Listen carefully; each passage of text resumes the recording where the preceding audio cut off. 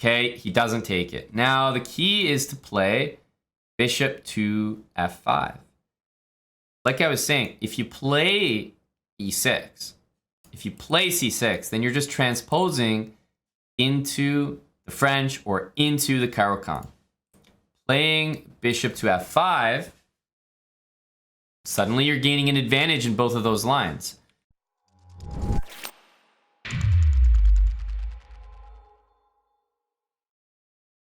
Got the black pieces again. What should we play, guys? Assuming we're going to see e4, but you never know. Yeah, e4, very common move. How should we open up here?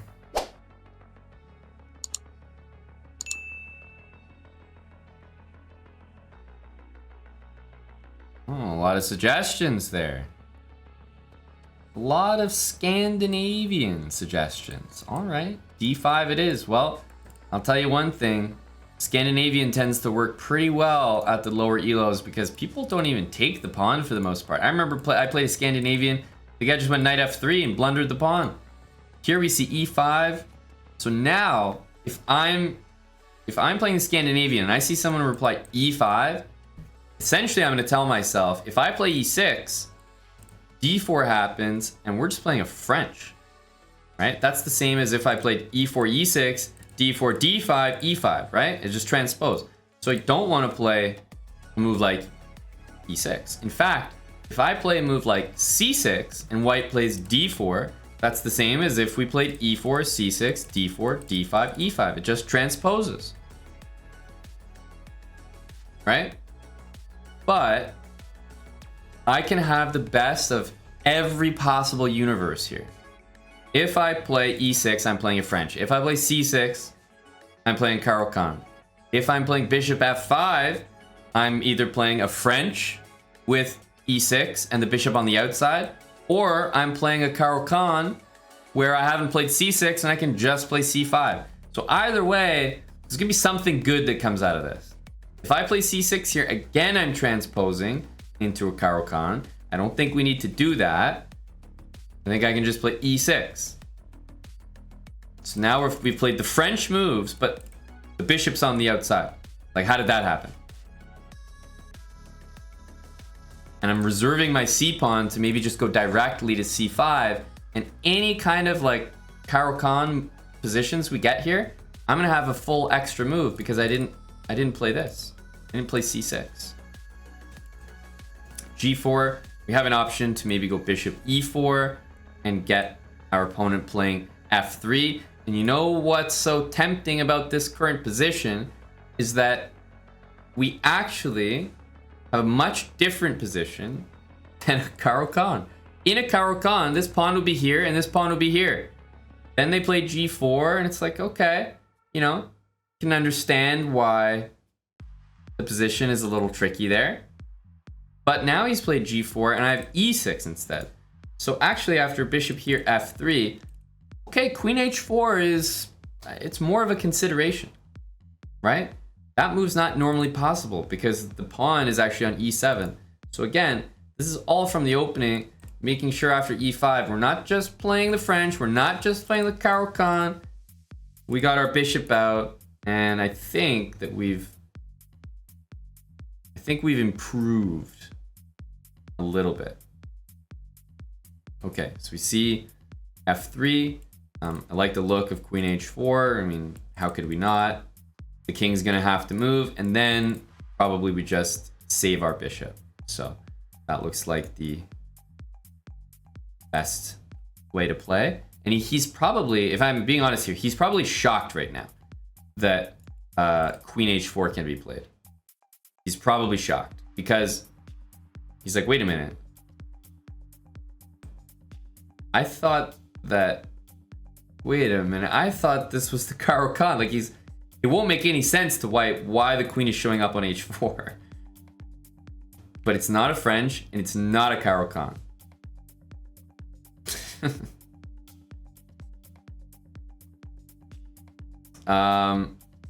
Okay, so king e2. I have to save my bishop, right? It's literally just hanging. So I am gonna retreat the bishop back to g6.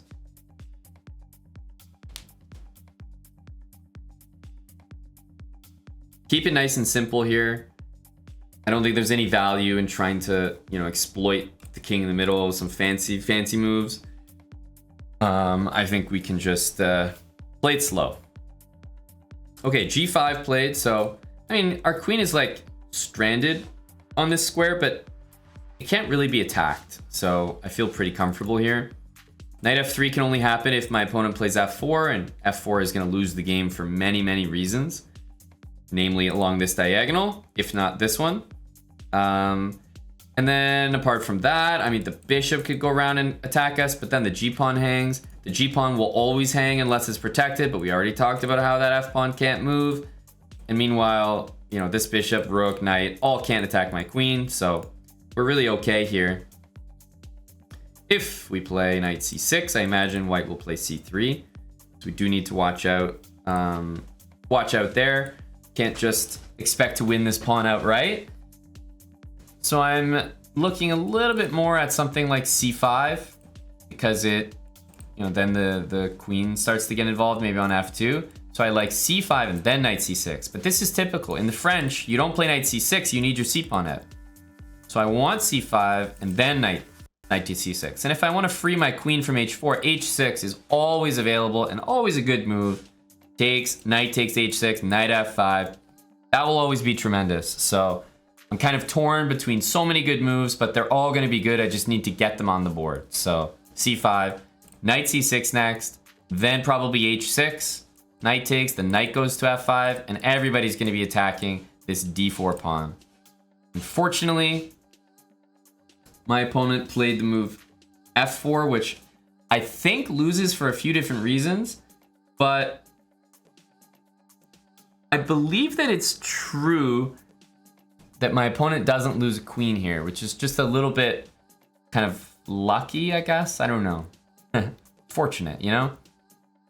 Bishop here, knight here, bishop takes, king takes, queen h5 check, king g2, queen takes d1, I win a whole queen, bishop b5 check, I lose a whole queen, and all that really happens there is a lot of trades. So as much as it looks like the game is about to end, the game is completely, I think that line is completely fine for white. So I have to reconsider my options here. I'm very interested in the move knight c6 because it blocks the check and it makes a threat. So knight c6 really catches my eye here. And remember, if the knight goes there, then I can always play bishop h5, right? I can do that afterwards. So I think knight c6 is definitely the move we want to go with here. It threatens d4, and after knight c6, if white plays c3, then everything I just talked about comes true. So yeah, this looks pretty convincing. Knight c6, get in the way of that move. I really expect knight f3 to happen, and it does pretty much immediately. Bishop h5 here now I think makes this threat once again. Knight d4. The queen is not attacked here, right? The knight's pinned, so important to remember that. It's also been a recurring pattern that people at 500, 600 elo, 400, you know, they all play these games like they are bullet games. So that, I've definitely noticed that.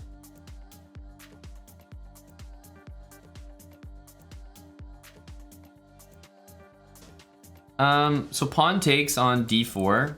You know, knight takes would lose immediately. So pawn takes d4 is actually going to force the king to move to one of those squares because, I don't know, it doesn't make too much sense to go back, but I suppose you could. So pawn takes here is the first thing I'm going to consider because it's a check. I mean, of course. So this move forces one of those two moves. If the king goes there, queen f2 looks like it wins a knight. Yeah, I think that's the case. King d3, then I'm not sure. How do we proceed from there? There's knight b4, king d2, queen f2.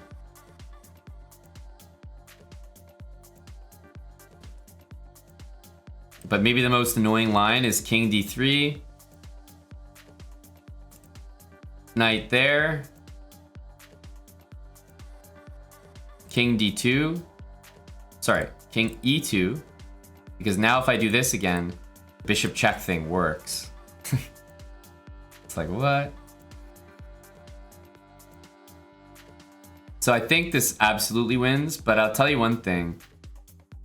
I am looking at takes and I'm now considering bishop takes here. If the king takes, we know we win. So takes, queen takes, and then I'm looking at queen e1 check. Because if king d3, that's checkmate in 1. So now I'm starting to think about this. If the queen blocks on e2, then c1 hangs with check. So after that, bishop e2 is actually forced. So bishop e2, but then my queen's attacked, and my position will be really bad if I don't have a good sequence here.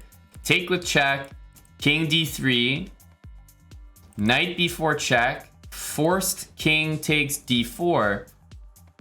But how good is that position? Because don't forget, my poor queen is like attacked and trapped down there.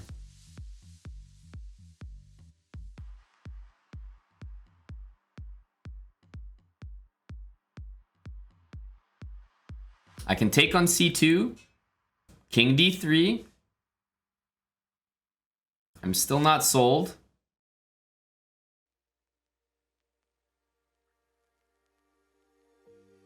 You know, I can go back knight b4, then king d4.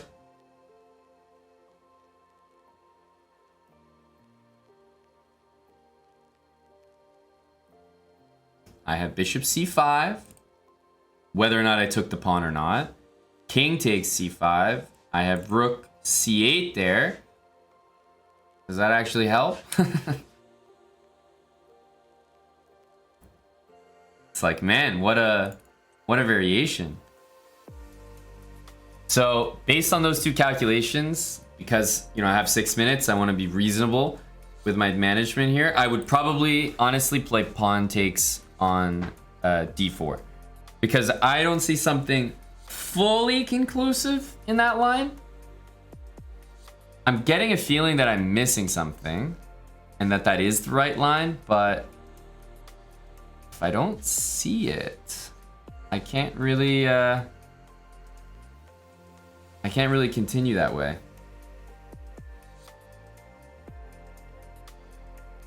So I think we gotta go for this. Takes on d4. Okay, let's play king d3, which I think was the expected move that we calculated, right? Now I was looking at knight b4, bishop g6. I mean, it gives up my pin, and after bishop g6, king d2. Yeah, queen f2, queen e2. I'm not really seeing anything.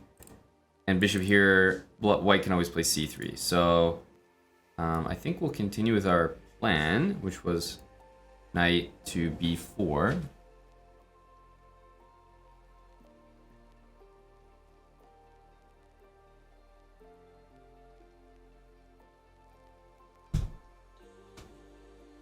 King takes on d4.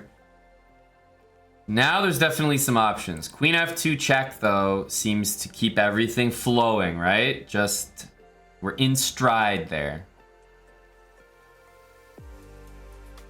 That feels pretty nice. So yeah, I don't think we need to look much past queen f2. I mean, if you see a move like that, checks the king and forks the knight and c2 is hanging, then you have to take that. That's always good.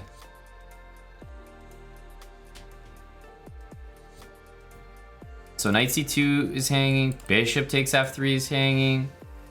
He's gone here. His king is in the center of the board. So after this, yes, I can play queen takes f3, fully win a piece, but I think we can appreciate how knight takes c2 gets the job done here. Hits the king and the bishop, and that should be enough. I would give like just a little thought to maybe trying to checkmate the king in the middle, but I'm not seeing it. Rook c8, bishop c5 is not even mate because the king can run away here. So I don't really see how this king gets checkmated, unfortunately. So I think I'm mainly considering knight c2 here. Bishop c5. Takes, queen takes here, king takes b4. Am I seeing a mate there? Because that I'm not sure about either. And I've lost a piece in that line. Let's remember. I don't see anything there. So I'm just running out of pieces in that variation. Yeah, so I keep it super simple. Knight c2. This, we know this is a crushing move. Forks the king and bishop, and it is protected. So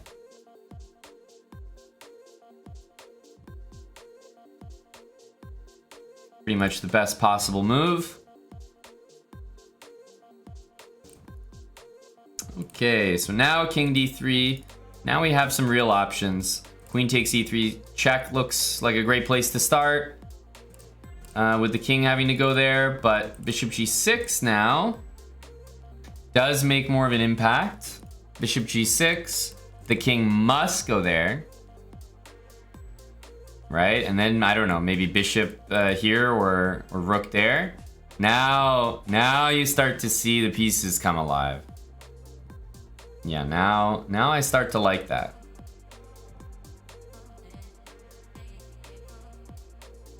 I think bishop g6 is definitely the move that I want to go for. Queen takes, king here, bishop f3, rook there. It's all tremendous, but this move seems to be very, very forcing. King to c3 has to happen. And remember, if I ever like miscalculate or not sure about something, I can always play queen takes bishop. Like this will always be a free piece, completely winning for me. So I have that in my back pocket.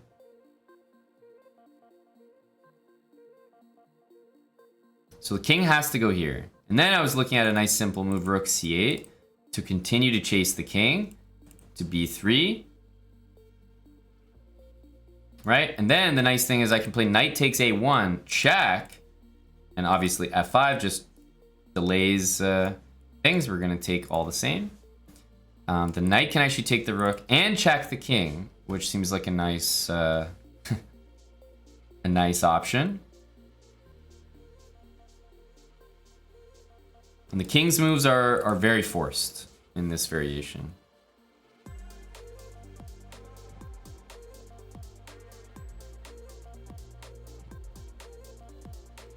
Bishop b4, although I like it, it doesn't need to go out that early unless it's delivering a checkmate. I don't necessarily see the checkmate being delivered. So this really stands out to me. The only move I would ever consider here instead of rook c8 is queen takes bishop because it's with a check and now our knight's defended. So that's really the only other consideration. Queen takes, check, bishop here, rook there, king b3, and knight a1. Pretty much the exact same line as rook here, knight a1, except we have the queen here and the bishop here, and I think that probably benefits me.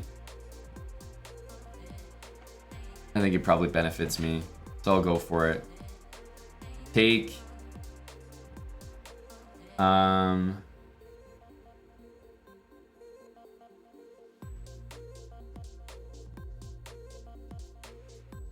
Rook c8 next. King only has one square, which means these moves are forced. Rook c8 check. Basically, no matter what he does this one. Yeah, now I think it's time for the rook to make an appearance. Use all of our pieces. It also guards my knight, so I I like the rook as well because it just takes control of so many squares at once. Now the king, once it goes here, is cut off. It's cut off from the other side of the board. King b3, queen b6 is absolutely a checkmate, it looks like, in 2 moves. But king here, knight a1, forces king a4. And I tell you what, that is... it's definitely tempting to chase the king around like that, but ultimately after king a4, I don't think there's a specific checkmate there. Knight a1 tempting, but queen b6, if bishop b5, we just take it. And if king a4, then we always have queen b4. So a lot of pieces working as part of this checkmate here. The king cannot take a step in that direction. It can't go backwards. Can't touch either of those squares. It's only got 1 square, and it's only got 1 move to block as well. Obviously, blocking is... it's a check himself, so I feel like that's very tempting. No, he doesn't do it. He goes for king a4. Wants to get checkmated like a man. Good game. Dang, we really hunted that king. It started on e1, and it made it all the way to a4. We'll take a KO for that one. That was a fun king hunt.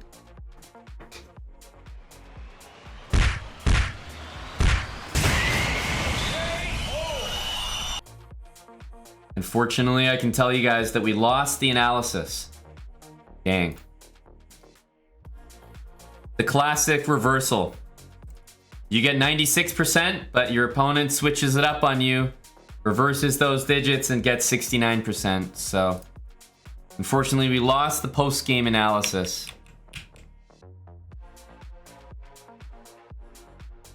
So, we like d5, right? We like d5.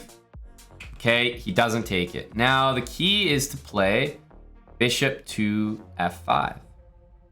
Like I was saying, if you play e6, if you play c6, then you're just transposing into the French or into the Caro-Kann. Playing bishop to f5, suddenly you're gaining an advantage in both of those lines. d4, e6, and now let's say that white played a move like this, like the French. Well, I'm playing c5 and I'm playing a French, but my bishop is not here. It's here. Huge difference. Big, big difference. Or let's say like what happens in the game. He goes here because he's like, oh, this is pretty much like the Caro-Kann. Well, after bishop e4, f3, well, it's not quite like the Caro-Kann because the Caro-Kann, my pawn will be here and my pawn will be here. And queen h4 wouldn't be possible. So that I'm skeptical of, you know, this e5 move after d5. There's a reason it's not good, and this is a punishment. All right, g5. We have to strike at the center, and I mean, this was really just playing against the fact my opponent was only moving pawns and king. Like king and pawn were the only things he touched. The first 8 moves. Probably not a good sign. I know this was really tempting, but this was the variation that we were looking at. And surprisingly, this is, even though you win a whole queen there,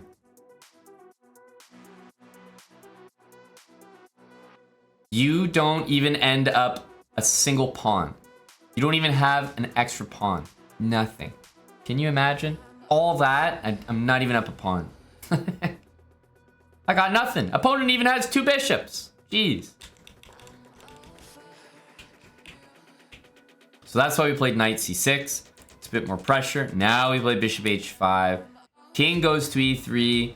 And I mean, as I said, we calculated bishop f3, but ultimately it didn't see a way that this queen e1 move was delivering a forced mate. So take on d4 and keep it going. King goes to d3. I think knight to I mean, holy smokes, knight e5 is a sexy move here. According to the engine. Knight e5, of course, drops the queen, and pawn takes, gets checkmated in 2, so that's a hot move. Knight b4 is what we did. Keep it nice and simple. Win at least a piece and maybe more here. Yeah, I mean, I think king d2 is better. He plays king takes d4. Now queen f2 and getting in there with the pieces. Bishop e3. Lots of tempting moves, but none better than knight takes c2 for sure. King to d3, and now once we got this bishop to guard the knight, it was clear that we were going to be fine. Yeah, take that. King c3. And again, many moves, but I like the way we played it. Kept it nice and concise. And found the best way to checkmate.